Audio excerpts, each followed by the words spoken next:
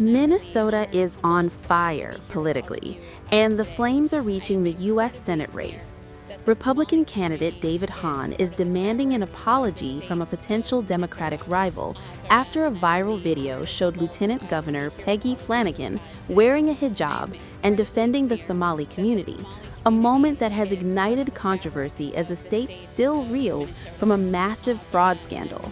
The stakes are high, tensions are rising, and this political showdown shows no sign of cooling. This is emblematic of how Democrats have governed Minnesota, Hann told Fox News. It's political pandering instead of doing the job they were elected to do, he added. The video, aired on Somali television and widely shared online, shows Flanagan greeting constituents with "Salam Alaikum," encouraging Minnesotans to support Somali businesses and assuring the community, "We've got your back." She described the Somali community as, quote, "part of the fabric of Minnesota," end quote, and urged people to stand together during what she called a scary time. But the timing of the message ignited fierce backlash. Minnesota has been rocked by years of fraud investigations tied to state-run programs, including the Feeding Our Future case, one of the largest pandemic fraud schemes in U.S. history. Critics say Flanagan's message ignored accountability at a moment when taxpayers are demanding answers. Hann argues the video sends the wrong signal. They didn't act because they were afraid of offending a political constituency, he said. That failure allowed fraud to grow. Yes, she should apologize, Hann reiterated. He also questioned whether Flanagan should oversee federal spending if elected to the Senate, accusing Democrats of prioritizing compassion rhetoric over results. Hann acknowledged the sensitivity of the issue, but insisted enforcement is not discrimination. Meanwhile, Flanagan's office has pushed back, saying the outrage is misplaced. Her spokesperson said she briefly wore the scarf out of respect after it was handed to her and accused critics of ignoring immigration enforcement actions under the Trump administration. They also denied claims that Flanagan said Somalis built Minnesota. With Senator Tina Smith retiring, the race is intensifying. As Minnesota heads towards a pivotal election, the clash underscores a deeper question. Is this about standing with communities or just optics designed to win votes? Minnesota politics is entering turbulent territory. As a massive fraud scandal rocks the state, one image is now drawing national attention. Lieutenant Governor Peggy Flanagan and Democratic candidate for the U.S. Senate appearing on a Somali television station wearing a hijab inside a Minnesota mall. Looking straight into the camera, Flanagan declares, "The Somali community is part of the fabric of the state of Minnesota." Assalamu alaikum. My name's Peggy Flanagan. I am the Lieutenant Governor of Minnesota, and I'm really honored and humbled to be here with all of you today. I am incredibly clear that the Somali community is part of the fabric of the state of Minnesota. I think about my friendship with Nimco. We've been friends for almost 25 years.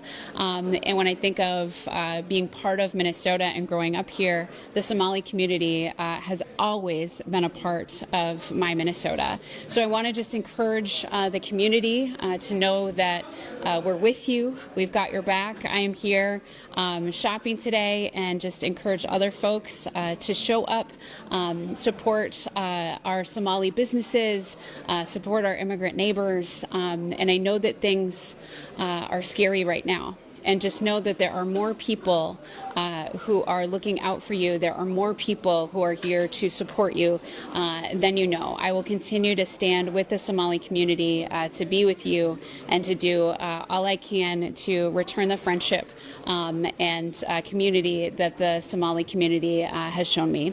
Thank you so much. For many Muslim women, the hijab is a religious symbol, worn as an act of faith, modesty, and obedience to God. Flanagan, however, has previously said she is Catholic, and her campaign website states that her views on immigration are grounded in that Catholic faith. The moment comes as Flanagan battles two Democratic rivals in a primary race to replace outgoing Senator Tina Smith, with Senator Amy Klobuchar holding Minnesota's other Senate seat. But critics say the timing is no coincidence. Minnesota Republican Congressman and House Whip Tom Emmer calls it a stunt, saying Flanagan and Representative Angie Craig are competing to win over the far-left base in the Twin Cities. Anyone with common sense sees right through this, Emmer told Fox News Digital. The backdrop to this political moment is one of the largest fraud cases in American history. In 2022, federal prosecutors began investigating a nonprofit called Feeding Our Future. What they uncovered shocked the nation. More than $250 million in fraudulent pandemic relief claims, 78 people charged, and prosecutors say the total scheme may reach $9 billion. Many of those charged come from Minnesota's Somali community.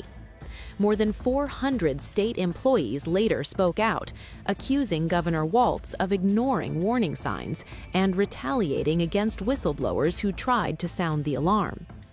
Governor Walz has acknowledged failures, telling the New York Times the programs may have been overly generous.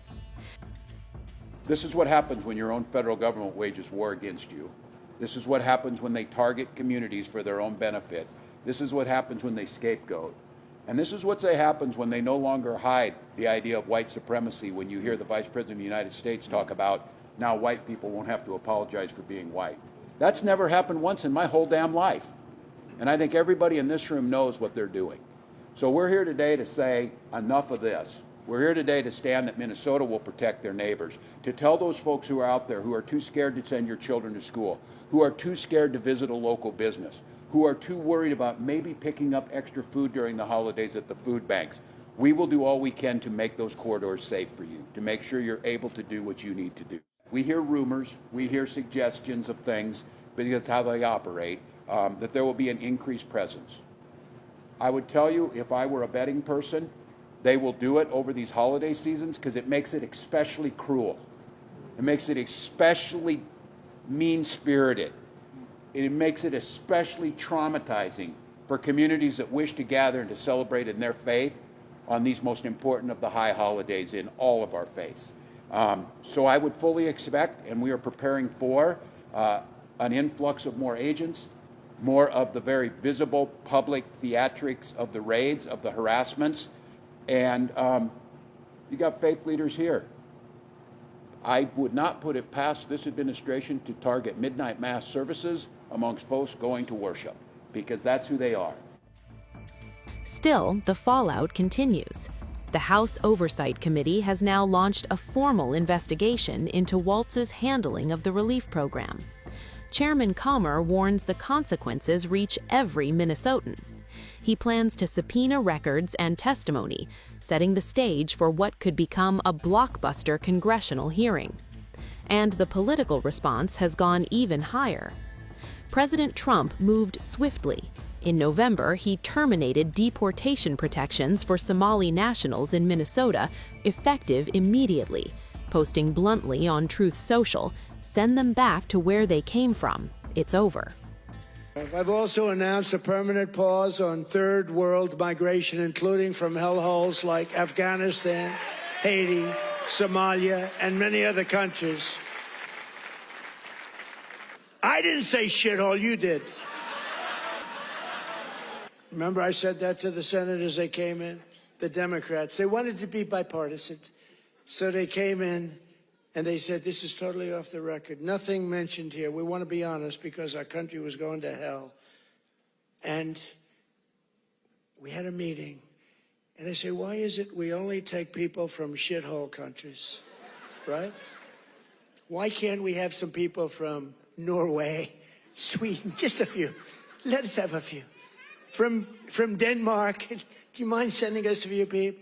Send us some nice people, do you mind? But we always take people from Somalia, places that are a disaster, right? Filthy, dirty, disgusting, ridden with crime. The only thing they're good at is going after ships. But they don't go after our ships. You know why? Because that same missile that knocks the crap out of them, that with the drug dealers from Venezuela and others.